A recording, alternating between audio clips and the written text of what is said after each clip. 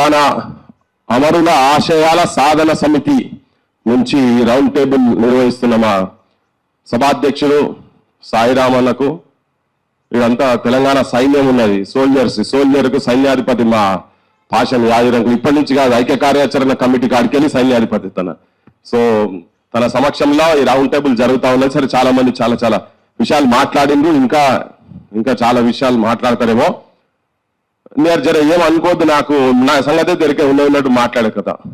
ఈ కమిటీ తోటి ఏం జరుగుతుంది అనేది ఏం లేదు, ఊరిగాలేదు పీరులేదు. దీంతో ఈ కేకే కమిటీ అనేది ఉట్టిదే, మన సొంతలో మేము మీటింగ్లు పెట్టి ఆగం చేస్తాను తప్ప ఏం లేదు, దాంతో ఏం కాదు.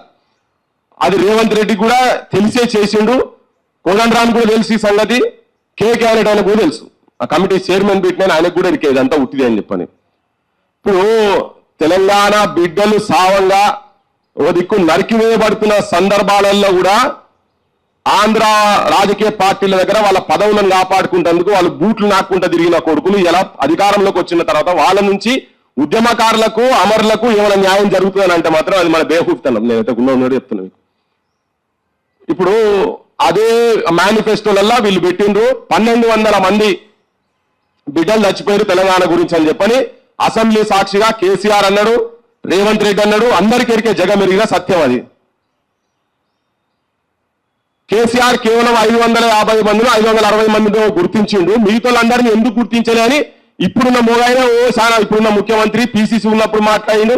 అసెంబ్లీలో కూడా గొంతు యాలబలుగుతుందా ఈయన అన్నంత భీకరంగా ఉపన్యాసాలు దంచి చెప్పిండు. ఈయన వచ్చినాక ఇప్పుడు 2.5 సంవత్సరాలల్లా నేను మనకు వదిలిపెట్టండి, ఉద్యమకారులకు బస్ పాస్లా లేకపోతే హెల్త్ కార్డులా పిల్లలకు ఫీజులా ఇవన్నీ పక్కకు పెట్టండి. ఆ కుటుంబాల గురించి ఫస్ట్ రాగానే కనీసం దాంట్లో ఒక 2 మందిని 2.5 సంవత్సరాలల్లా 2 మంది కన్నా న్యాయం చేసింది ఉన్నదా ఈ గవర్నమెంట్? ఉందా? దానికి కమిటీ అవసరం లేదు కదా, దానికి అన్ని ఉన్నాయి, ఆధారాలు అన్ని ఉన్నాయి కదా. ఆ ఆధారాలు అన్ని తీసి మా ఇంట్లో ఇట్లా మొత్తం పరిచయం నేను ఆమె దీపాదాస్ మున్షి ఇంటికి వస్తే మొత్తం పరిచిన ఇట్లంతా చూసి పాపం కళ్ళకి నీళ్ళు తెచ్చుకొని నేను ముగ్గురితో చెప్తా ఈ విషయము, సోనియా గాంధీతో చెప్తా, ప్రియాంక గాంధీతో చెప్తా, రాహుల్ గాంధీతో చెప్తా. నేను అన్న ఒక మీటింగ్ వీళ్ళతో అరేంజ్ చేయిండ్రి, వీళ్ళ బాధలు చెప్పుకుంటారు అంతనే అని చెప్పని. ఇంతకుముందు 2014లో మీరు కట్టిన ఒక కమిటీ ఎవరు ఆ కొప్పుల రాజు ఆయన మన కాదు ఆయన పేరు ఉండే కదా, జయరాం రమేష్ ఇద్దరు వాళ్ళ కమిటీ వచ్చినాడు కూడా వాళ్ళ ముంగట ఆ మీటింగ్ పెట్టి ఒక 200 మంది అమరుల కుటుంబాలను తీసుకొచ్చి కూర్చోబెట్టి మాట్లాడిపించిన. ఇవన్నీ మొత్తం అవన్నీ ఆధారాలన్నీ చూపించిన తర్వాత మేము కొల్చా పార్టీలు అంటే చాలా మంది అప్పుడు అంటున్నాయి ఇవన్నీ సావులు ఉట్టి సావులే, తెలంగాణ గురించి ఎవరు చచ్చిపోతున్నా ఉట్టి అకౌంట్లో రాసుకుంటుందంటే నువ్వు రారా నాయన అని చెప్పని ఒక ఢిల్లీ నుంచి పెద్ద మనుషులను మైత్రేయి పుష్ప అని ఒక ప్రొఫెసర్ను మేము యాదిరంకులు మేమంతా కలిసి తెలుగు యూనివర్సిటీలో పెడితే ఆయన ఒకరోజు వచ్చి 2వ రోజు చెప్పిండు, అమ్మాయి దర్వాజా మన ఈ గోడలకు కళ్ళు ఉంటే గోడలు కూడా ఏడ్చేటి, నేను నాతో కాదు 2వ రోజు నేను రానని చెప్పి పోయిండు. సో ఆధారాలన్నీ దగ్గర పెట్టుకొని మేము మొత్తం చూపిస్తే ఆమె చెప్పింది ముగ్గురితో మాట్లాడుతుంటే ఒక మీటింగ్ ఆర్గనైజ్ చేపిమంటే ఆమె తర్వాత పోయింది, బాగా ప్రయత్నం చేసింది, ఏ మాటకు ఆ మాట చాలా ప్రయత్నం చేసింది. కానీ ఒకటే చెప్పింది, నేను ఇన్ఛార్జ్ గా ఉండి నేను చెప్పలేకపోతున్నా, ఈ లోపల ఎలక్షన్లు అయిపోయినాయి, ఎలక్షన్ల తర్వాత పెట్టిస్తాను, ఎలక్షన్ తర్వాత చాలా సందర్భాలలో మాట్లాడితే ఆమె నాకు చెప్పింది ఏంటంటే your chief minister is not interested, mister Revanth Reddy is not interested in this meeting అని చెప్పిండు ఆయన. అమరుల కుటుంబాలతోటి మీ పార్టీ అధ్యక్షురాలు కావచ్చు సోనియా గాంధీని ఎవరైతే మేనిఫెస్టోలో పెట్టించి ఇక్కడ వచ్చి మనం నమ్మేటట్టు చేసిండ్రో వాళ్ళతో ఒక మీటింగ్ కండక్ట్ చేసినందుకు ఛాయ్ మీటింగ్ బిస్కెట్ మీటింగ్ ఈడికెళ్ళి ఢిల్లీ దాకా ఆయన వచ్చి మస్తు ఉస్మానియా బిస్కెట్లు సాయలు నిలోఫర్ సాయలు ఇవన్నీ రాగిపోయింది కదా. ఇక మస్తు నిరుద్యోగులు అయితే రోజు పొద్దుగాలు వేసే పంచాయతీ పెడుతుంది, అంత పెద్ద ఉద్యోగం అయితే ఉద్యమకారులకి ఇంకా నడుస్తలేదు. మనకు మీటింగ్ పెట్టడానికే ఆయన ఇష్టపడతలేడు అని చెప్పినాక ఆయనకి ఏం నిజాయితీ ఉంటది? అమరుల కుటుంబాల గురించి కావచ్చు, ఆ కళాకారుల గురించి కావచ్చు, ఉద్యమకారుల గురించి ఏమన్నా ఇస్తారని మీరు అందరూ ఎందుకు నమ్ముతున్నారని చెప్తున్నాను. నేనైతే ఉన్నట్టు ఓపెన్ చెప్తున్నా, ఇదంతా ఉట్టిదే బక్వాస్ కథలు. అంటే సాధించుకోవాల్సిన బాధ్యత మన మీద ఉన్నది, మన హక్కు అది. కానీ ముఖ్యమంత్రి వాళ్ళ క్యాబినెట్ లో ఉన్నటువంటి వాళ్ళు ఎవరికి కూడా ఉద్యమకారుల మీద ఎవరికి ఇంట్రెస్ట్ లేదు. నిజంగా కోదండరామ్ అంటే కనుక ఉద్యమకారులకు చేయాలి అంటే మొట్టమొదటి అమరుల కుటుంబాలకైతే చెయ్యి ముఖ్యమంత్రి, మీ దగ్గర లిస్ట్ ఉన్నది కదా, కళాకారులకు నౌకర్లు ఇస్తా అన్నావు కదా, కళాకారులు అయితే బొచ్చడు పాటలు పాడారు కదా, వాళ్ళకన్నా ఒక 500 ఉద్యోగాలు 1000 ఉద్యోగాలు వాళ్ళకి ఇచ్చిన తర్వాత నీ కమిటీలో ఉంటా అంటే బాగుంటుండే. పాప ఆయన ఒక 6 నెలలు జీతాలు లేక తిరిగినోడు కాదు ఆయన కోదండరామ్. పాప ఆయన తెలియదు, వాళ్ళ నొప్పి తెలియదు. ఇలా చాలా మంది ఉన్న నౌకర్లు ఒడగొట్టుకొని ప్రైవేట్ లా తిరిగేటోళ్ళు వాళ్ళు ఓడగొట్టుకొని జీతాలు పొడగొట్టుకొని ఉన్న పైసలు పొడగొట్టుకొని అప్పుల పాలయ్యి ఇళ్ళ తిట్లు తినుకుంటా పిచ్చోలారా మీరంటే కూడా ఆవుంద్రాబాయ్ పిచ్చోళ్ళం అనుకుంటున్న తిరిగిన వాళ్ళందరూ కూడా ఇప్పుడు ఇక్కడ జమైనాం కదా. ఒక కనీసంగా కళాకారుల కన్నా చనిపోయిన కుటుంబాల వాళ్ళ కన్నా ఒక 10 మందికైనా ఇచ్చిన తర్వాత నేను కమిటీలో ఉంటా అంటే బాగుంటుండే. ఆయన 6 నెలలు జీతం పోయినాడు, ప్రతి నెల జీతం తీసుకున్నాడు. మీరు చూడరు యూనివర్సిటీలో పోయి. వీళ్ళు త్యాగాలు చేసిన వాళ్ళు కాదు వీళ్ళు. మళ్ళీ వాళ్ళే పదవులు తీసుకుంటారు, వచ్చి మళ్ళీ ఇక్కడికి వచ్చి పదవులు తీసుకుంటారు. వీళ్ళను మన మీద మన గుండెల మీద గడపార కొడుతందుకు మళ్ళీ వీళ్ళనే పెట్టారు ఉద్యమకారులు అని చెప్పి. నాకు మాత్రం ఏ వేదిక మీద మాట్లాడమంటే ఆ వేదిక మీద మాట్లాడుతున్నాను. కోదండరాం వీళ్ళంతా వీళ్ళు ఏమేం చేసిరు, వీళ్ళు ఏం త్యాగాలు చేసిరు, జనాలు చచ్చిపోయిన వాళ్ళకైతే న్యాయం జరగాలా లేదా? మరి ఆ కుటుంబాలకే న్యాయం జరగనప్పుడు వాళ్ళ లిస్ట్ అవుతున్నదే గవర్నమెంట్ దగ్గర. నేను ఇదంతా ఎందుకు ఇంత మీరు వైద్యం గురించి అంటారు కదా. చాకలైలమ్మ మనవాడు రామచంద్రం తన బీమార్ ఉంది, ఒక 3-4 నెలల నుంచి బయట హాస్పిటల్లో తిరుగుకుంటా వైద్యానికి పైసలు లేక వేరే వేరే హాస్పిటల్ తిరిగి ఆఖరికి ఇంటికాడ తీసుకొచ్చి పెడితే వాళ్ళ కొడుకు సంపత్కు కాలు ఇరిగింది. ఆయన కూడా ఏం పని చేయలేకుండా ఉండి ఇంట్లో ఉంటే వాళ్ళు ఫోన్ చేస్తే నేను పోయిన శ్వేత ఇప్పుడు ఉన్నది కదా, మెంబర్ అయింది కదా, మహిళా కమిషన్ మెంబర్ చేసి రామని నేను వాళ్ళ ఇంటికి పోయినా. ఈయన ఏం చేసిండు, రేవంత్ రెడ్డి ఎలక్షన్స్ ముందు ఈ రామచందర్ను ఆయన 20 సంవత్సరాల సర్పంచ్, పాలకుర్తిలో 20 సంవత్సరాల పైన సర్పంచ్, నిజాయితీపరుడు ఆయన, చాకలేదమ్మా మన్వాన్ గురించి చెప్తున్నాను నేను. ఆయన ఇంటికాడ తీసుకొచ్చుకొని పెట్టి నీ కుటుంబాన్ని 10 ఏళ్ళు విస్మరించిండు కేసీఆర్. నేను వచ్చిన తర్వాత చూడు నేను ఎట్లా చేస్తున్నా, మొత్తం అసలు కుటుంబాలే నా ఇంటికెళ్ళి కూడా చచ్చిపోయినట్టుగా ఈయన డైలాగులు కొట్టి ఆయన పక్క కూర్చోబెట్టుకొని ఫోటోలు కొట్టించుకొని పేపర్లు వేయించుకున్నాడు. అప్పుడు వాళ్ళకి సంబంధించిన పత్రికలు ఛానళ్ళలో వేయించుకున్నాడు. అవి గుర్తుకు చేసుకుంటూనే వాళ్ళ ఇంటికి పోయిన తర్వాత ఒక వైద్యం అంది ఆయన గినకు 10 ఛానళ్ళు మా వాళ్ళు మా కాలేజీ వచ్చే మన తెలుగులకు వచ్చి అన్ని ఛానళ్ళని ఒక 10 ఛానళ్ళు మొత్తం పోయి మొత్తం అంతా రికార్డ్ చేపించి ముఖ్యమంత్రికి ఒక విజ్ఞప్తి చేసినాం. వైద్యం ఇప్పి ఎక్కడో నువ్వు ఫోన్ చేసి నీ నిమ్స్లోనే ఇప్పి ఎక్కడా ఇప్పి గవర్నమెంట్ హాస్పిటల్ ఎక్కడో దగ్గర వైద్యం ఇప్పి అని. నేను ఎవరి గురించి చెప్తున్నా, చాకలైలమ్మ మన్వాన్ గురించి. మనసంటోళ్ళు కాదు, ఆడైతే అందరికి తెలుసు కదా. తన బీమారాయి నేను చెప్తే వారం రోజులు పోయింది, దాదాపు ఒక 8-10 రోజులల్లా నేనే అనుకున్నా అసలు అంబులెన్స్ తీసుకుపోయిన గేటు కుద్దుదాం అనుకున్నా అసలు యాక్చువల్ గా. కానీ ఏంటి ఆయన మరీ ఎక్కువ చేస్తాడు, పృథ్వీరాజ్ అనగానే అన్నాడు మావాడు బాగా అన్న ఈయన కూడా మా వయసు కేసు పెట్టి లోపడేస్తారని. మనకు అటువంటి పంచాయతీలు ఏమైనా ఉంటే చూద్దాం, ఒక అవకాశం తీయాలి కదా అని చెప్పని నేను వదిలేసిన. తీసుకుపోయినా బాగుంటుండే. 1 ఫైన్ డే రాత్రి 12:30కు నాకు టెలిఫోన్ వస్తుంది, రామచంద్రన్ గారు చచ్చిపోయిండు అని. అంటే కనీసము నేనేమంటున్నా, చాకలైలమ్మ మనవాడు బీమారు ఉన్నాడు, బెడ్ మీద ఉన్నాడు, ఆయన నా దగ్గర రికార్డు ఉంది, అవి కూడా ఛానళ్ళు అందరూ వేసిరు. ఒక్కసారి ముఖ్యమంత్రిని కలిపిరు, ఒక్కసారి చెప్పండి ఆయనకు, ఒక్కసారి నాకు ఇట్లున్నాయని చెప్పండి. నేను ఎన్నిసార్లు 3 సార్లు ఇంటికి అడిగిపోయింది శ్వేత, 3 సార్లు ఇంటికి రికార్డు ఉన్నది. ఇక్కడ మన సెక్రటేరియట్ ముంగడ తెలంగాణ తల్లి విగ్రహావిష్కరణ ముందు రోజు కూడా ముఖ్యమంత్రి రేవంత్ రెడ్డి ఇంటికాడ గేట్ కాడ పోయి మా మామయ్యకి మంచిగా లేదు, ఎక్కడన్నా వైద్యం చెప్పియండి, ఆయన హాస్పిటల్ వైద్యం చెప్పిదని పోతే ఎలగొట్టి రామని. ఇప్పుడు చెప్పదు కావచ్చు మెంబర్ అయింది, మరి ఇప్పుడు చెప్పదు, కానీ అప్పటికి రికార్డు ఉన్నాయి కాబట్టి చెప్తున్నా, ఆధారాలతో చెప్తున్నా. అక్కడ లోకల్ ఎమ్మెల్యే దగ్గర వేరు పట్టించుకోలేదు, కానీ సంపినోలే సంతాపదా పెట్టినట్టు 10 వద్దులు మళ్ళీ వీళ్ళే చేయించారు, రేవంత్ వీళ్ళే చేయించారు. నేను పోయినా శవానికి ఆడిపోతే శవం మోసి మొత్తం ఆడిపోయినాక జాయింట్ కలెక్టర్ వచ్చి సాగు ఖర్చులకు ప్రభుత్వం నుంచి 10,000 రూపాయలు మీకు ఇవ్వబడినది అని 10,000 రూపాయలు తీసుకొచ్చి ఇచ్చేయండి. ఇది ఈ గవర్నమెంట్ ముఖ్యమంత్రికి ఉన్నటువంటి నిజాయితీ నిబద్ధత. ఎందుకుంటది? బెల్లులతను చంపినప్పుడు ఆడనే ఉండే, అందరిని చంపినప్పుడు ఆడనే ఉండే, ముక్కలు చేస్తున్నప్పుడు ఆడనే ఉండే, మటన్ కొట్టినట్టు కొట్టి కీమ చేసినట్టు చేస్తే ఆడనే ఉండే. ఇటుపక్కకు ఒక సుమో అటుపక్క సుమో పెట్టి ఉద్యమకారణంగా చేతులు కట్టేసి చీల్చినప్పుడు కూడా అన్నలో ఉన్నారు కదా వీళ్ళు. మన బుద్ధి తక్కువయి వాళ్ళు ఎంబడి పడుతున్నాం. మా రాజన్న బాగా చెప్పిండు, సాగం రాజన్న, ఇక మీరు రాజకీయ నాయకత్వం సంగతి ఏంటిదని చెప్పండి.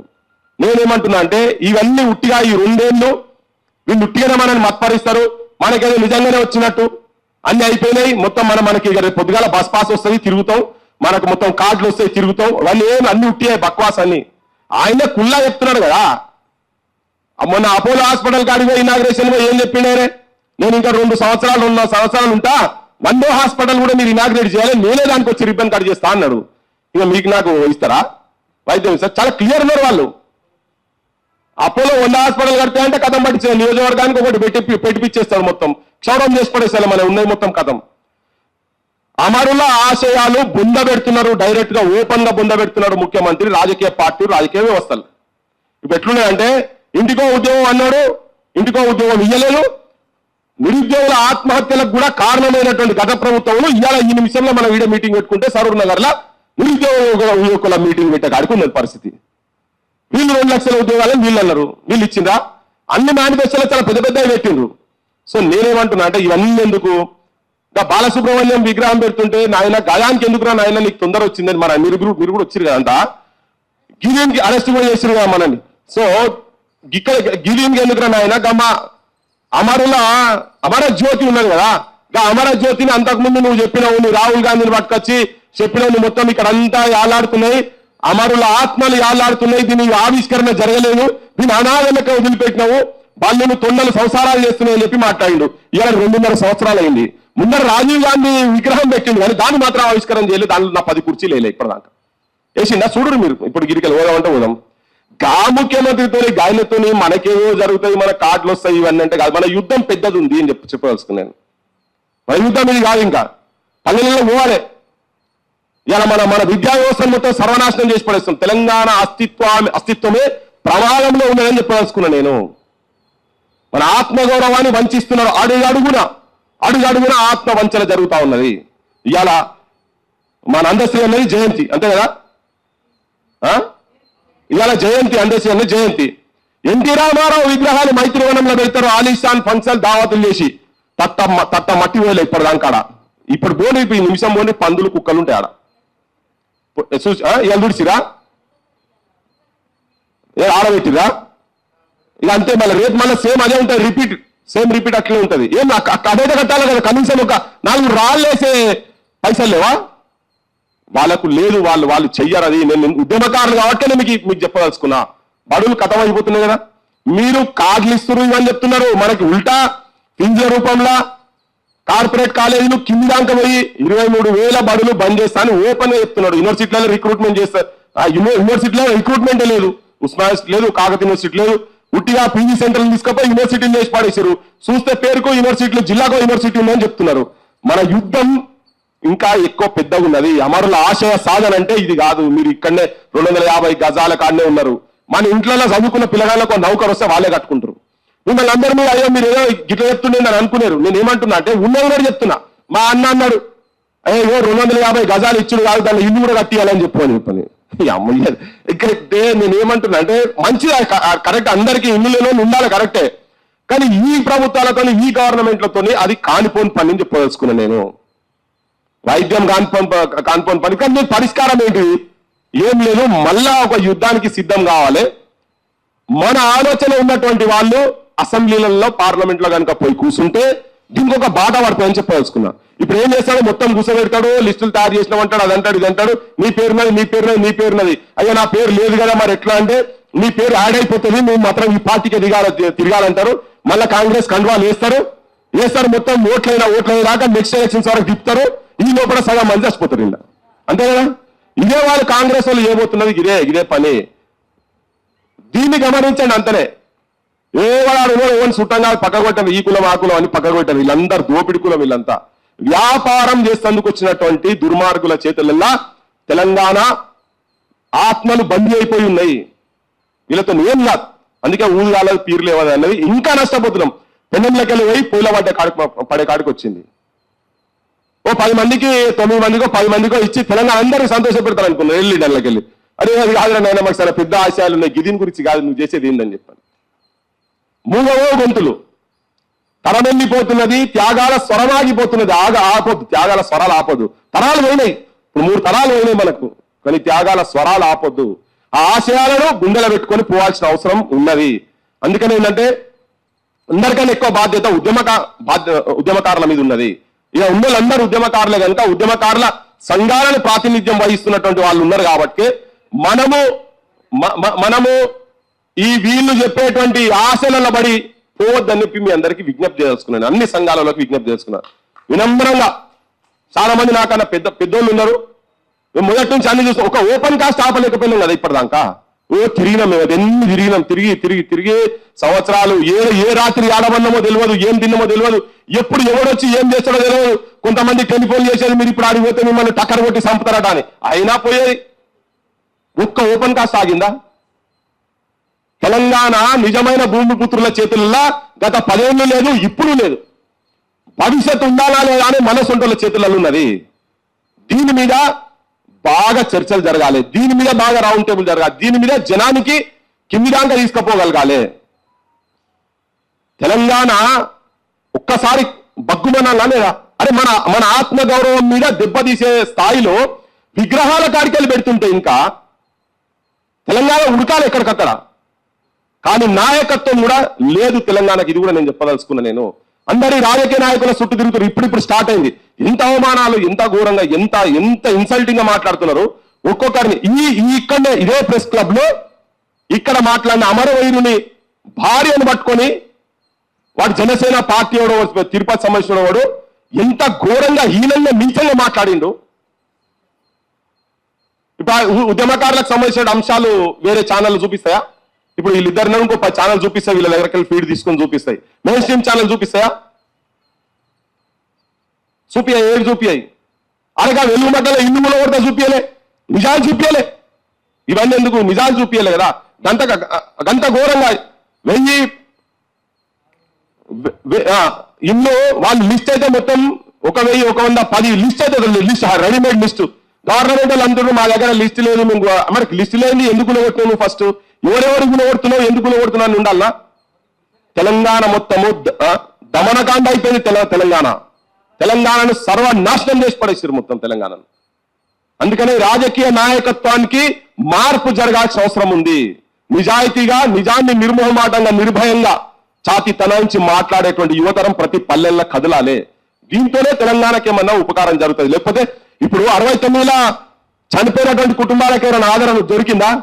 చూస్తూ గంట పెద్ద ఉద్యోగం కదా. 369 మందిని నిర్దాక్షిణ్యంగా కాల్చి చంపినని విగ్రహం ఇంకా హైదరాబాద్ నడి బొడ్డులో కాసు బ్రహ్మానందరెడ్డి కేబీఆర్ పార్క్ రూపంలో ఇంకా వెలుస్తున్నది ఇప్పటిదాకా. గంటకన్నా ఇంకేముంటది? సో తెలంగాణ యువతరం సోయికి రావాలి. నేను ఎవరికి ద్వేషముగా అంటే వాళ్ళే ఉంటామని మన అస్తిత్వం గురించి మాట్లాడితే మన ఉగ్రవాదులమ్మ అనే బ్రాండ్ వచ్చింది మనకు. వాన్ తాబేదారులు ఇంకా ఉంటారు ఇక్కడ మన దగ్గర. సో ఉద్యమకారులుగా మన బాధ్యత ఏమంటున్నట్టే, మనం ఈ 250 గజాలు ఇవి నేను వస్తాయని నేనైతే అనుకుంటలేను. అంటిల్ ఇల్లెస్ రేపు పొద్దుగాల ఇళ్ళకెళ్ళి మా సాయిరామణలో పాశవంకులో లేకపోతే ఎవరన్నా మీ అసంటోలో ఎవరన్నా అన్న కూర్చొని హౌస్ లో కూర్చొని మా వాళ్ళకి ఎందుకు రావు? ఆ సీటు కూడా వాళ్ళకి ఆ గవర్నమెంట్ లో వచ్చేటోళ్లకు అది వాళ్ళు పవర్లకు రావాలంటే ఆ సీట్లే ఆధారం కనుక అయ్యేది ఉంటే అప్పుడు వింటారు, లేకపోతే అది కూడా విన్నారు. వాడు ఇప్పటికి చెప్తున్నా నిన్న వాళ్ళు లోకేష్ అంటే ఆ పూరడు అంటున్నాడు. 60 ఏళ్ళు మేము మొత్తం కష్టపడి హైదరాబాద్ ని నిర్మాణం చేస్తే మనల్ని బట్టలు కట్టుకున్న బట్టలతోని ఎలగొట్టిరట. అరే హౌలే మీ నాయన ఇప్పుడు మన అన్న అవుతాడో ఏమవుతాడో పవన్ కళ్యాణ్ అంటేనే సాటర్డే సండే బ్యాచ్ కాళ్ళు అంతా ఇంటికి వస్తున్నారు కదా నాయన. అది ఎవరి పేర్ల మీద ఉన్నాయి? ఇల్లు నిన్ను ఇల్లు ప్రాపర్టీలు ఎవరి పేరు మీద ఉన్నాయి? కోడిచెరు ఎవరి పేరు మీద ఉన్నది? కట్టుబడంలో ఎలగొట్టిన నిన్న మాట్లాడుకుంటూ చెప్పి నిన్నెక్కడ మాట్లాడుకుంటూ చెప్పి హైదరాబాద్ ను సర్వనాశనం చేసిన వాళ్ళు, హైదరాబాద్ లో తెలంగాణ వాళ్ళకు అన్ఎంప్లాయ్మెంట్ రాకుండా చేసిన వాళ్ళు అలా మన బిడ్డలు కూడా ఉంటారు కదా. 80% రిజర్వేషన్ ప్రైవేట్ సంస్థలలో పెడతాను ఈ గవర్నమెంట్ మేనిఫెస్టోలో పెట్టింది. అలా మనలో ఉండుంటారు కదా, ఇస్తలేదు. 8 మందికి ఆర్గనైజేషన్కి 8 మందికి ఒక్కరికి కూడా రాలేదు. ఆ కోటాలు ఎక్కడ రాలేదు. నువ్వు ఆయన ఇప్పుడు రేపు పొద్దుగాల చరిత్ర మన సప్లై అవ్వకుండా చెప్తారు. నేను ఊగా చెప్తుంటా. మా రేవంత్ రెడ్డి కనిపెట్టిన సముద్రంలోకి వెళ్ళి చంద్రబాబు నాయుడు ఆంధ్రాకి వెళ్ళి ఈత కొట్టుకుంటూ వచ్చి ఇక్కడికి వచ్చి ఇక్కడ మా ఉస్మానియా హాస్పిటల్ ఆయనే కట్టిండు, ఉస్మానియా యూనివర్సిటీ ఆయనే కట్టిండు, మా అసెంబ్లీ ఆయనే కట్టిండు, మా గండిపేట ఆయనే కట్టిండు, ఉస్మాన్ సాగర్ ఆయనే కట్టిండు, చార్మినార్ కూడా ఆయనే కట్టిండు అని రాసుకుంటారు వాళ్ళు. ఎందుకంటే ఇప్పుడు వాళ్ళ కోడని చెప్పింది ఆ పిల్ల పేరు ఏమో ఉన్నది కదా, లోకేష్ భార్య పేరు ఏం పేరే? ఆ పిల్ల బ్రాహ్మణి ఉంది. ఆ పిల్ల చెప్తే మీకు ఎరికే కదా, మా ఆడోళ్ళ దగ్గర పోయి చెప్తుంది హైదరాబాద్ ని కనిపెట్టింది మా మామయ్య గారు మీకు ఎరికే కదా అన్నది. మీరు చూసిరో ఆ వీడియో. ఇక అంటే ఇప్పుడు అందుకంటే నేను చెప్పింది రైటే కదా. ఇట్లా రేపు చరిత్రలో వీళ్ళు ఇట్లా రాసుకునే ప్రమాదం ఉన్నది. చేస్తారు వాళ్ళు. అరే మన కళ్ళ ముందట మొత్తం హైదరాబాద్ ని మొత్తం ఇండస్ట్రీస్ మొత్తం కొన్ని వేల ఫ్యాక్టరీలు ఉంటే బంద్ చేపించేసి హైదరాబాద్ ని మొత్తం కంపు ఫార్మాస్యూటికల్ కంపెనీని నాశనం పట్టించారు. ఈ ఫార్మాస్యూటికల్ కంపెనీ మొత్తం వాళ్ళే. మన దగ్గర ఫార్ములాలు తీసుకోపోవడం పెట్టుడు, ఫార్ములాలు తీసుకోపోవడం పెట్టుడు, గవర్నమెంట్ సంస్థలకి పెట్టుడు. ఏదన్నా నీళ్ళ ఈయన వచ్చేమో వేస్తే తొక్కుడు బిల్లు ఆడొచ్చు, పైసా ఎత్తే రూపాయి ఎత్తే కింద దాకా కనిపించాలని పోయిన పెదవని చెప్పారు. ట్యాంక్ బండి ఇట్లా వేస్తే ఈయన వచ్చి కొత్తగా మూసి ఈయన మొదలు పెట్టిండు. పేదోళ్ళ ఇల్లు కూడగొట్టడు, ఉన్న ఫామ్ హౌస్లు అట్లనే ఉన్నాయి. నేను అంటున్నా ఒక 100 ఎకరాలు అమ్మితే తెలంగాణ ఉద్యమకారులు అందరికీ మొత్తం పర్మనెంట్ గా జీవితాంతం వైద్యం ఇవ్వచ్చు. దానికి పైసలు గంట వలుకుతున్నది. ఈయన గంట అసూయ వస్తుంది చెప్తుంది. అరే సాధారణ వాళ్ళ మీరు కట్టుకోర్రా నాయన, 12 ఏళ్ళు అవుతుంది, ఏం గడి తీస్తురా? ఆ ప్రజలు ఆడ తీరుతారు అని మనం మీద తీరుతుంటే ఆ జనం కూడా ఈ ఆంధ్ర తెలంగాణ పంచాయతీ తీసుకొస్తారు. కానీ వీళ్ళు ఆడ ఓట్లు వేసుకొని అక్కడ ముఖ్యమంత్రులు అయ్యి ఆ ప్రజలకు సేవ చేసేది పోయి వాళ్ళు ఇక్కడ హైదరాబాద్ ఆస్తుల మీద వచ్చి వాళ్ళు దండయాత్ర చేసుకుంటా వాళ్ళ ఆస్తులు కాపాడేటందుకు హైదరాబాద్ మీద కన్నేసి రేపు యూనియన్ టెరిటరీ ఎట్లా చేయాలని దాని విషయంలో వాళ్ళు ఉన్నారు. ఆంధ్ర లీడర్షిప్ మొత్తం దాంట్లో నిమగ్నమై ఉన్నది. ఈ దోపిడీదారులు మొత్తం ఇప్పటికీ కూడా విషయం కక్కుతారు కదా. తెలంగాణలో ఎందుకు ఉన్నది, అండమాన్లో కూడా పార్టీ పెడతా అని మాట్లాడుతున్నారు వాళ్ళు. సో ఇవన్నీ ఎవరో చెప్పిండే ఏమన్నా తెలంగాణ పదానికి అర్థమే లేదు డిక్షనరీలో అని మనోలతోనే చెప్పిస్తున్నాడు. ఉగ్రవాదులు అంటాడు, శనిట మనం అన్నాడు కదా, మనకు దిష్టి బొమ్మలు తెలంగాణలో అంటే దిష్టి బొమ్మలు. అంటే ఇంత అవమానం చేసుకుంటా ఉన్న తర్వాత కూడా ఆ మీడియా, అక్కడ ఉన్నటువంటి మీడియా వాళ్ళ గురించే మాట్లాడుతున్నది, మన మీద చాలా దండయాత్ర చేస్తున్నది, మన చనిపోయిన వాళ్ళనే అవమానకరంగా చూస్తున్నటువంటి ఈ ప్రభుత్వాలు. ఆంధ్ర పోలీసులు వచ్చి ఇక్కడ మన ఆడవాళ్ళని ఇట్లా బట్టి ఇట్లా తీసుకోబోదు, ఇట్లా జరుపుతుంటారు. ఇట్లా వాళ్ళ మీద కేసు ఉండేది. మా ఊరికి మా ముఖ్యమంత్రికి బాగా అబ్బో ఇక్కడ నేను పౌరుషం వచ్చింది ఈయనకు. ఈయనట స్విగ్గీ బాయ్ అన్నారట ఈయన మొన్న ఎప్పుడు స్విగ్గీ 2 ఏళ్ల కింద ఒక ఆయన ఒక రాజకీయ పార్టీ అని వైఎస్ఆర్సీపీ అని ఉన్నట జొమాటో స్విగ్గీ బాయ్ ఆయన గురించి ఎందుకు మాట్లాడాలంటే కేసు పెట్టి తీసుకుపోయింది. నాకు బాగా రోషం వచ్చింది. మరి ఆంధ్ర పోలీసులు వచ్చి ఇల్లీగల్ గా తప్పుడు కేసులు పెట్టుకుంటా తెలంగాణ ఆడబిడ్డలను నీ సామాజిక వర్గానికి సంబంధించిన వెంకటరామరెడ్డి భార్యను ఇట్లా వాటి పక్కకు జరిపితే ఆయన తీసుకొచ్చి అరెస్ట్ చేసి ఇక్కడ కేసు పెట్టే దమ్మినకు లేదు. కానీ ఈయన స్విగ్గీ బాయ్, ఆ స్విగ్గీని జొమాటోలు కూడా ఈ రాజకీయ వ్యవస్థ చేస్తున్నటువంటి దుర్మార్గంలో పీజీలు పిహెచ్డీలు చేసిన వాళ్ళందరూ కూడా ఆటోలు నడుపుకుంటూ తిరుగుతారు బయట. ఎంత రాజకీయ చైతన్యం ఉంటే మా బొంబాయి మిత్రునికి ఆటో నడుపుతా అని చెప్పిండు. వాస్తవం బొంబాయిలో మామూలు ఉద్యమాలు జరిగినాయా? ప్రపంచం మొత్తం ఎక్కడ పడితే అక్కడ తెలంగాణలో ఎక్కడ ఉంటే అక్కడ ఈ అస్తిత్వం గురించి కొట్లాడింది, ఆత్మగౌరవం కొట్లాడింది. నేను మన ఆర్గనైజేషన్ కు తెలంగాణ అమరవీరుల ఆశయాల సాధన సమితి వాళ్లకు తర్వాత ఈ రౌండ్ టేబుల్ వచ్చినటువంటి వాళ్ళందరికీ నేను వినమ్రంగా విజ్ఞప్తి చేస్తున్నదంటే తెలంగాణ నిజంగా కూడా బ్లీడింగ్, రక్తం ఓడుతున్న తెలంగాణ. మీరు చూడండి తెలంగాణ అస్తిత్వం కథమైపోతుంది. ఇలా మాట్లాడటం కొంతమంది ముందమంతనే ఇది కూడా ఈ తరంలో పోయిన తర్వాత కొత్తలకు ఏం తెలియదు, దీంట్లో నిమగ్నం అయిపోయి ఉన్నారు. దీంట్లో ఏం లేదు, కచ్చరా అయిపోయింది మొత్తం. గాంజాయి బ్యాచులు 50 రూపాయలకు 60 రూపాయల దానికి గాంజాయికి పొట్లం లేకుండా సంపుతున్నారు ఊర్లలో. బడులు గాంజాయి అడ్డాలుగా తయారైన ఊర్లలో బడులు బంద్ అవుతున్నాయి. ఆ బడులు నడుస్తున్న బడులలో కూడా గాంజాయి అడ్డాలు. వాడు అంటాడు స్టూడెంట్స్ లేరు అందుకనే క్లోజ్ చేస్తున్నామని. స్టూడెంట్స్ ఎందుకు లేరు? వసతులు లేక స్టూడెంట్స్ లేరు. గా పంచాయతీల మీద బాగా ఇంకా కొట్లాడదామని చెప్పి నేను మీ అందరికి విజ్ఞప్తి చేస్తున్నా. అది కొట్లాడితే మన నిజంగా తెలంగాణకు ఖుషి. మీరు మనం దీని చుట్టూ ఇయ్యండి అప్లికేషన్లు ఇయ్యండి, మీరు వాళ్ళతో పంచాయతీ పెట్టుకోర్రి అలా ఇప్పుడే అడుగుతూనే ఉన్నారట డైరెక్ట్. నువ్వు ఏ పార్టీ అని, ఏ పార్టీ అయితే మీకేంద్రా, మీరు ఏ పార్టీ మీరు ఏ సంఘం అంటున్నాడు, ఏ జేఏసీ అని మాట్లాడుతున్నాడు. పంచాయతీ అయింది కదా, ఆ అడిగే తీసుకొని మైబాబు చంద్రమౌళి ఎవరు తీసుకొని బయటకు పంపించారట. నీకు దమ్ము ఉండాలి నీకు. ఏది ఏ పార్టీ ఎవరైనా ఏదైనా తెలంగాణ అన్నాడా, తెలంగాణ జెండా పట్టిండా లేదా, తెలంగాణ నినాదం అన్నాడా లేదా? నీ ఆంధ్ర పార్టీలకు బానిసత్వం చేసినందుకు ఏమని చెప్తాను. కనుక పార్టీలకు అతీతంగా, కులాలకు అతీతంగా, మతాలకు అతీతంగా, వయసుకు అతీతంగా తాత మునువల్ల కాడికెళ్ళి ఒక్క దగ్గర ఒక్క నిరాహార శిబిరం దగ్గర ఉండి నిరాహార దీక్షలు చేసింది అంటారు తెలంగాణ జనము. నిజంగా చేయదలుచుకుంటే తెలంగాణలో మొత్తం విద్య వైద్యం కంప్లీట్ గా ఉచితం కావాలి, రవాణా సంస్థ కూడా ఉచితం కావాలి, చదువుకున్న ప్రతి ఒక్కరికి నౌకలు రావాలి, అంత ఉంది తెలంగాణలో. కాకపోతే వీళ్ళందరూ బయట చేస్తున్నారు. దాని మీద పోరాటాలు ఇంకా చేయాల్సిన అవసరం ఉంది. ఈ కమిటీల చుట్టూ మనం తిరిగి మన టైం వేస్ట్ ఇచ్చేసేయండి. అన్ని ఏమి ఇస్తారో మీరు అన్ని సబ్మిట్ చేయాలి. నేను జైలు పోయినా ఆరేగా ఉద్యమంలో భీకరంగా తిరిగిన వాళ్ళ పార్టీలో ఉన్నటువంటి వాళ్ళు కూడా ఇప్పటికీ కోర్టు కేసులో తిరుగుతున్నారు. ఈ వాళ్ళు ఏం చేస్తారు? కోర్టు కేసులైనా ఆపాలి కదా. యూనివర్సిటీ పిల్లలు ఎంతమంది పోతున్నారు? మొన్న కూడా పెట్టారు ఏదో కేసులో బొమ్మలు పెట్టుకున్నారు. ఈ మొగైనా కూడా పోయిన ఒక దాంట్లో పెద్ద మనిషి. వీళ్ళందరూ ఇప్పటికైనా మా మీద కేసులు ఉన్నాయిరా నాయన, కేసులు అనేది ఇప్పి అని చెప్పని వాళ్ళు తిరుగుతున్నారు. కేసులు వస్తలేవు, పోని వాళ్ళు తిరిగినందుకు వాళ్ళైనా చిన్న చిన్న పోస్టులు వస్తాయంటే అవి కూడా వస్తలేవు. ఏం రావు వీళ్ళంతా, వీళ్ళు అక్కడనే ఉంటారు. వీళ్ళంతా beggars can never be choosers. ఆడుకున్నటోళ్ళకి ఎప్పుడు ఛాయిస్ అనేది ఉండదు. సో మనం ఆడుకున్నది కాదు. బానిసత్వం చేయొద్దు, బానిసత్వం చేయాల్సిన అవసరం. మీరందరూ బానిసత్వం చేస్తారంటే లేదు, చేయనోళ్ళే ఇక్కడ ఉన్నాం మనం. ఇదంతా బుద్ధి గుంజుకున్నాము అని గదరన్న చెప్పిండు కదా, అది ఓట్ల ద్వారా గదరన్న అనుకోలే. ఈయన వచ్చిన తర్వాత ఇప్పుడు గదరన్న కలిగి కూర్చుంటుండే మనతో. ఈ ప్రభుత్వం చూసి గదరన్న కూడా మనతో ఉంటుండే, ఆయన కూడా 4 పాటల వారికి తిరుగుతుంది ఇక్కడ. సో నేను జనానికి చెప్పదలుచుకున్నాము, ఏంకన్నా ఇప్పుడే వచ్చింది మా బుల్లెటిన్ కన్నా, వాళ్ళు ఉద్యోగంలో తిరిగి ఓసారి యాక్సిడెంట్ అయ్యి హాస్పిటల్లో పడ్డాడు. ఉంటారో పోతారో తెలియదు మనిషి, దిక్కులేదు ఎవరు. వీళ్ళు పార్టీలకు సంబంధం లేదు. ఆ పార్టీలో ఉన్న పెద్ద మనిషికి ఈ ముక్కాయకు సంబంధించిన ఇప్పుడు కమిటీ ఉన్నారు మెంబరు. వాళ్ళు అయితేనే వాళ్ళని చూడాలి, వేరే అయితే చూడరు. సాగు బతుకున్నాళ్ళు ఉన్నటువంటి వాళ్ళు కళాకారులు చచ్చిపోయిన ఉన్నారు. వాళ్ళకే చేయలేదు, వీళ్ళకే చేయలేదు. కాళ్ళు ఇరిగి పడి ఉన్నారు, ట్యాంకుల మీదకి దునికిన వాళ్ళు. అందుకే భ్రమలల్లా ఉండొద్దని మీ అందరి సంఘాలందరికీ విజ్ఞప్తి చేస్తూ, నిజంగా అమరుల ఆశయాలు నెరవేర్చాలంటే కొద్దిగా పందా మార్చాలి, మన అంశాలు మార్చాలి, రాజకీయ చైతన్యం తీసుకురావాలి, ప్రశ్నించే తత్వాన్ని మన జనాలకు తీసుకురావాలి. అట్లయితేనే ఏమన్నా పరిష్కార మార్గం దొరుకుతుంది. కానీ మనం దున్నపొదుకు గడ్డేసి బర్రెకు పాలు విన్నట్టు అవుతుంది మన కథ. ఏం అంతా ఉట్టిదే, ఉట్టి ముచ్చట్లు లాల్ కథలు లెక్కుంటుంది మనది. సో అది కాకుండా ఉండటం, కానీ ఇంకా కొట్లాడదాం, బాగా అంశాలు ఉన్నాయి, చర్చ చేద్దాం, కొట్లాడాలి. కానీ ఇది పోయి ఈ కమిటీలతోటి ఏమవుతుందంటే దానికి ఒక టైం బౌండ్ ప్రోగ్రామ్ లేదా, దానికి ఏమైనా లీగల్ గా నువ్వు ఆయన రిపోర్ట్ ఇస్తే కంపల్సరీ అమలు చేయాలని ఏమన్నా కానూన్ ఉందా, చట్టంలో ఏమైనా పెట్టి కాదు.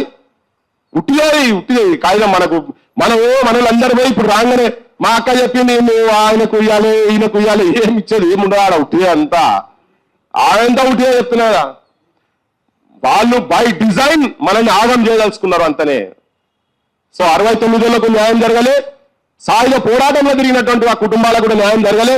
తర్వాత ఏదో ఇప్పుడు నిన్న శ్వేతకో లేకుంటే మా శ్రీకాంతాచారి తల్లికి ఒక పదవి ఇవ్వగానే మొత్తం కుటుంబాలకు ఇచ్చినట్టు కూడా కాదు. ఇది కూడా చెప్తున్నా, ఇది మనల్ని చూపించేటందుకు, మనకు చూపించి వాళ్ళతో మన మీద చెప్పిస్తుంది వీళ్ళు కూడా చేసినామని. కానీ నేను ఆల్రెడీ రామచంద్రది నేను చెప్పిన కదా, వాళ్ళ పందా ఎట్లా ఉంటుంది అనేది. వాళ్ళు ఉద్యమకారుల మీద పైసా విలువ లేదు, త్యాగాలు చేసినటువంటి వాళ్ళ మీద పైసా గౌరవం లేదు కనుక ఆ కుటుంబాలు ఏం చేయరు. ఎందుకు ఇప్పుడు బాగా సన్నిహితంగా ఉంటుంది కదా. మా అన్నయ్య కూర్చున్నాడు యువలక్క వాళ్ళ అన్న, యువలక్క కూడా ఇప్పటికే కోట్లు తిరుగుతుందా లేదా, తిరుగుతుందిగా. వీళ్ళ చాలా మంది తిరుగుతున్నారు. ఇంకా మరి బాగా దగ్గరనే ఉన్నాయి కదా, గవర్నమెంట్ ముఖ్యమంత్రి కూడా బాగా దగ్గరనే ఉన్నాయి కదా. ఏంటి ఇంకా 10 కేసులు ఉన్నాయి తెలంగాణకు సంబంధించిన 10 కేసులు ఉన్నాయి. మరి ఆడబిడ్డ అంటివి పిలిస్తేవి, ఆడ ఉమెన్స్ కమిటీ అంటే పోతివి, అసలు సంగతి మాత్రం లేదు. ఇక రాగానే చూడాలి, ఫోటోలు దిగాలి, హే యువలక్క అంటే మా అక్కేనా తెలంగాణ అక్కేనా అని ముచ్చట చెప్పు అంతే. ఎవరు పక్కకు కనబడితే వాళ్ళు మా అన్న సాయిరామన్న పోతే అబ్బా నువ్వు ఇంత పెద్ద ఉద్యోగకారు, మీ పాత ఉద్యోగకారుడు, మీ నాయన ఉద్యోగకారు, నువ్వు పెద్ద ఉద్యోగకారు, తుపాకి పట్టిన అంటాడు. కథం.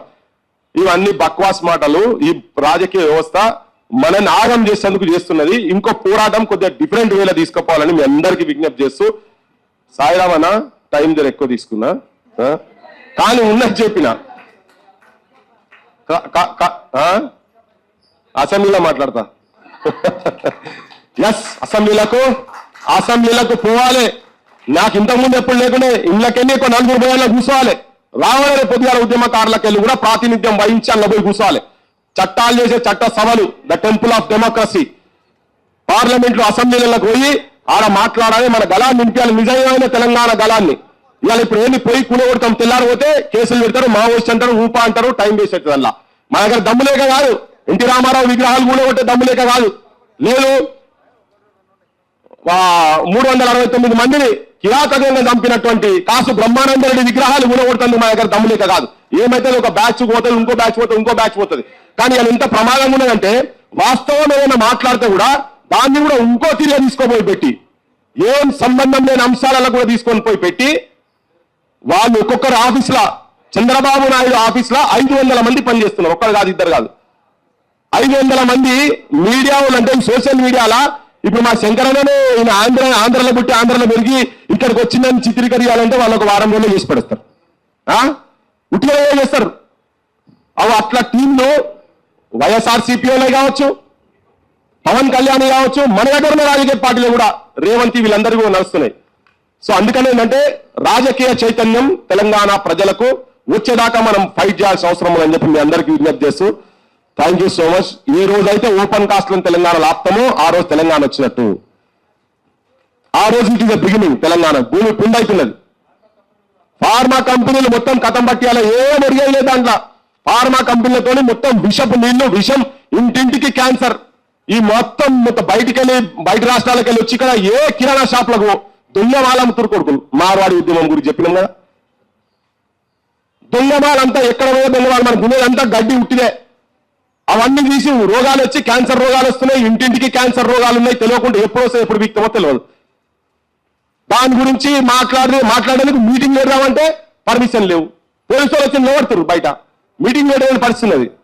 ఇప్పుడు 4 రోజుల తర్వాత మరి ఇప్పుడు స్కూళ్ళ మీద మీటింగ్ పెట్టుకుంటే మండల స్థాయిలో తిరుగుతా ఉన్నా. జిల్లాల మీటింగ్ అప్పుడు అందరూ పిలుద్దాం అనుకుని ఆలోచనతో కిందికి క్షేత్ర స్థాయిలో వర్క్ చేస్తున్నాం. టీచర్లను బంద్ చేయించారు. ఫస్ట్ 3-4 మీటింగ్లకు టీచర్లు వచ్చారు, తర్వాత టీచర్లు బంద్ అయ్యారు. ఇప్పుడు మీటింగ్లో ఎటు ఇస్తారా లేదా తెలియదు. కానీ అయినా కానీ ఇది సంఘర్షణ, ఇది సమరం, స్తబ్దత, మనిషికి మరణం. సంఘర్షణలో పోతూనే ఉండాలి, కొట్లాడుతూనే ఉండాలి. ఈ లైన్ మనం తెలంగాణ జనానికి, తెలంగాణ అస్తిత్వ పోరాటం, ఆత్మగౌరవ పోరాటాన్ని ఒక కొత్త రూపంలో తీసుకుపోవాల్సిన అవసరం ఉందని చెప్పి ఇవేం కాకుంటే కనీసం విగ్రహాలు పెట్టేది కూడా ఆపలేని స్థితిలో ఉన్నాం కదా. కానీ జనం మెడల్లో మాత్రం ఎక్కించే ప్రయత్నం, ప్రతి అడుగడుగునా చేసే ప్రయత్నం మాత్రం చేస్తున్నాం. చేయాల్సిన అవసరం లేదు. సమాజం మొత్తం ఒక్క దగ్గర తీసుకుపోయి ఇది కాదు అసలు ఉద్యమకాలు తెలంగాణ చరిత్ర ఇటు ఎక్కడ పట్టట్లు ఇట్లా రావాలి, అందరి పేర్లు ఇట్లా వచ్చేటట్టుగా అదంతా తయారు చేసే ప్రయత్నం చేద్దామని మీ అందరూ విజ్ఞప్తి ముగిస్తున్నా. Thank you so much. ధన్యవాదాలు. అయితే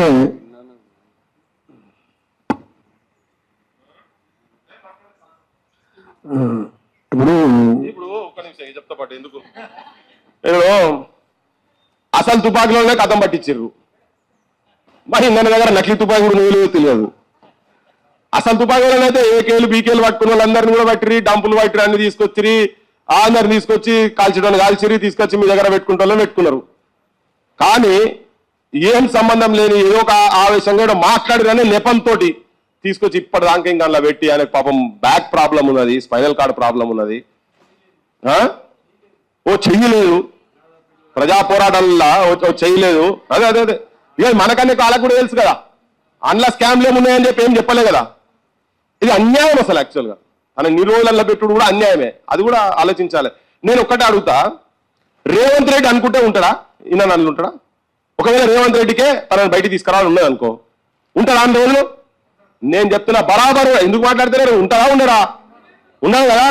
ఈయన బరాబరంలో ఉన్నాడు. ఈ గవర్నమెంట్, ఈ ప్రజాప్రభుత్వం అని చెప్పేటటువంటి వాళ్ళు కూడా గతంలో ఏమైతే వాళ్ళు చేసిండ్రో, ఇనుప కంచెల ప్రభుత్వాలు, గడీల ప్రభుత్వాలు, దొరల ప్రభుత్వాలు పటాపంచలు చేసిన ఏం చేయలేదు. ఎక్కడున్నాయి అక్కడనే ఉన్నాయి. దానికి నిదర్శనమే పెద్ద ఎగ్జాంపుల్. ఈయన ఇప్పటిదాకా ఇంకా లోపల పెట్టుడు. సర్జరీ అయిన తర్వాత కూడా ఇంకా గోస ఉచ్చుకుంటారు. అందుకని ఈ ప్రభుత్వం మీద కూడా మాట్లాడాలి. ఒకటే అక్కడ గురించి కూడా కాదు. ఈయన చక్కగా ఉంటే అది నడుస్తూనే ఉన్నది.